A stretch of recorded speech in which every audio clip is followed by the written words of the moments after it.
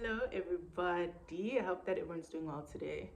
I was having a conversation with a very close friend of mine, and she asked me a simple question that I didn't have a simple answer to. Ne?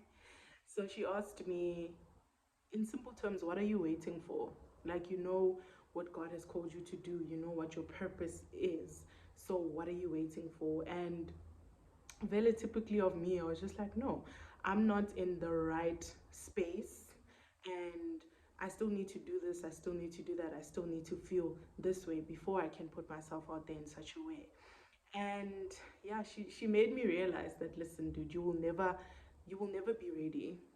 And even after I had the conversation with her, I was thinking to myself, and I was just like, wait, what if the very things that I am looking for before I pursue my purpose are the very things that my purpose is meant to fulfill in me? So sometimes we hold ourselves back because we think that life has to be like this, or we have to feel like that. But that's just not how life works, unfortunately. When God calls you to do something, he knows that there's something on the inside of you that is well equipped to do whatever it is that he has called you to do. So our purpose, whatever it is not in our hands, and it's not in our own strength. It's in God's hands and it's in God's strength. So if God puts you in a place, then honey, God will provide for you. God will provide for you in that space no matter what. And she made a simple example of Moses in the Bible. So God called on Moses, hey, go save your people there in Egypt. And Moses was just like, who am I that I should do that? He he he questioned himself, but was not aware of the fact that God was not expecting him to do it in his own wisdom or in his own might. God knew that he was going to do it for him. He was just using Moses as a vessel, putting him up there to initiate this whole process so that the people could also have some kind of confidence to get up and get out. So even after God told him that, listen, child, I, your God, will make the miracles happen. I will be with you day and night. He went on to say that, no, but I cannot speak. So I think that story of Moses is very similar to what most of us do.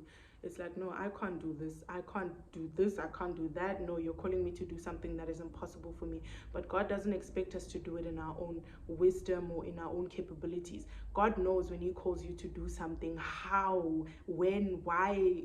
God knows. He has it all planned out. So sometimes it's just about taking the leap of faith and just trusting God and being like, you know what, God, if you've called me to do this, then I'm going to go and do it. I don't care what I can't do, what I don't have, or where I'm not, or what I'm feeling, or what I'm not feeling. I'm going to go out there and do it. So have your way. Like, God is very gentle, guys. I don't know, like, I have experienced a side of God that I've never experienced before, or maybe it's just the level of um, my spirituality that I'm on right now. But I've experienced a side of God that I've never experienced before. And it's like, yo, this man, God, God is amazing. God is amazing. You ask for answers, God will give you answers. You ask for revelation, God will give you revelation one way or another. I think the biggest thing is whenever you go to God and ask for revelation, or you ask for answers, or you ask for guidance, then you need to be willing to listen. Because sometimes we ask for God for certain answers, or we ask him for guidance, but we are expecting him to come in a certain way, or to say things that we want for ourselves, or the things that we had imagined that he would. And when he doesn't come in that way, we reject him and we just go to saying, no, God didn't say anything, God didn't show up for me. So God is a very gentle God. God just wants obedience. If you go to God and you surrender, like, I surrender, he will move in ways that we've never imagined.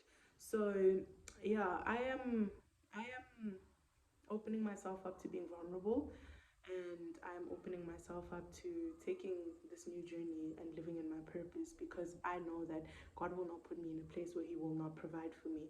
I know that God will not give me a purpose. And like, I know that I will never have true peace and true joy until I live in the purpose that God has for me.